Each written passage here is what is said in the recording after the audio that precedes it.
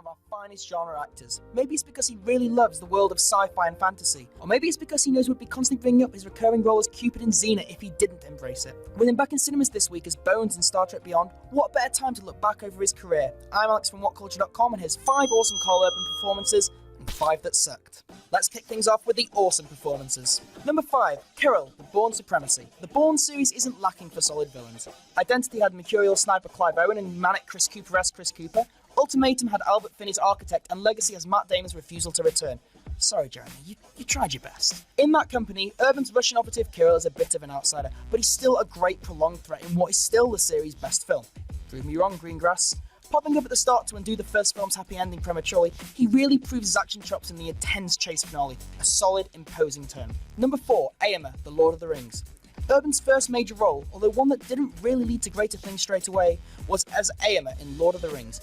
It's not the most complex character, he's not got the parental conflict of Faramir or the social injustice of Éowyn, but Urban pitches the conflicted honourable knight fighting against the forces of evil with just enough to flesh him out. You could call him the Lord of the Rings Ned Stark if it wasn't for this. Biggest of all, he gets to be an essential part of one of the trilogy's most undeniably awesome moments. Number 3, Nick Harvey, Out of the Blue. No, not the ELO album I listened to much more than I'd like to admit, but the 2006 New Zealand crime drama about the real-life Aramoana massacre. It's a heavily serious affair and one of Urban's most traditional roles. Every other performance on this list is from a genre film. He plays one of the first reactor police officers, slowly uncovering the true horror that's unfolded and serving as the audience's in into something intense and harrowing. His ultimate reaction to the tragedy is some of his best work. Now this film's rather underseen, but really check it out. It's one that really highlights his versatility. Number 2, Leonard McCoy, Star Trek. Bones is one of the most sidelined characters in the Star Trek reboot. In the original series, DeForest Kelley was the third player alongside Shatner and Nimoy, but despite being there from early on to deform Chris Pine, he takes a backseat to the central love-hate relationship in J.J. Abrams' reboot. No matter, because like the rest of the youthful recast, Urban's great, managing to evoke the original while bringing something a little different as well. Stern, friendly, job-focused, he's a great presence, and it's no surprise that his role is bigger and beyond. He also gets the best line of the whole reboot series. Nowhere else to go. The ex-wife took the whole damn planet in the divorce. All I got left is my bones. Number 1, Judge Dredd. Dredd. Anything would look amazing compared to this. You betray the law! But even if Stallone had delivered a character-defining version of Judge Dredd, probably not, Urban would have still been a knockout as Old Joseph. He's as perfect at comic book transference as you can imagine. Not just holding himself like the 2000 AD icon in a conversation and a fight, but has the grind soaked into his personality. Excitingly, for something so outward, it's an incredibly restrained performance, with that helmet staying on firmly throughout. I'm not even that big a fan of the film itself. It has a lot of grimy 3D baiting style over substance, but even I want more of this character. But Urban isn't always the law. Now it's time to look at 5 times he sucked. Number 5, Ghost, Pathfinder. The downside of being a genre actor is you're inevitably going to be offered one of those dreary sword and armor action films that attempts to stylize history and have to go with it for the money. Urban's version of this was Pathfinder, where the chosen culture to desecrate was the Vikings.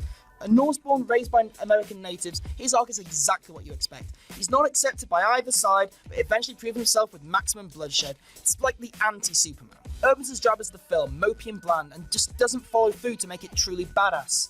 What a waste. Number 4, Black Hat, Priest.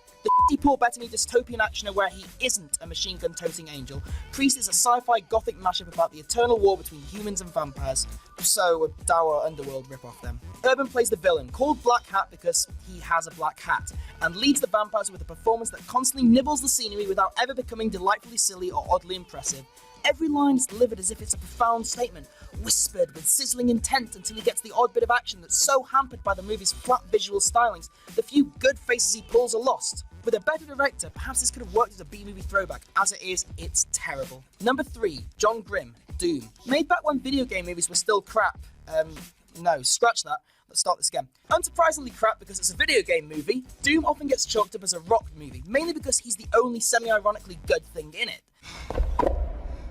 Semper Fi, motherfucker. It's actually an Urban joint, with Karl cashing in on his Lord of the Rings notoriety to get the lead Reaper. He's playing the generic action hero and nothing more, staring into space with a vacant expression in most scenes and grimacing unnecessarily in others.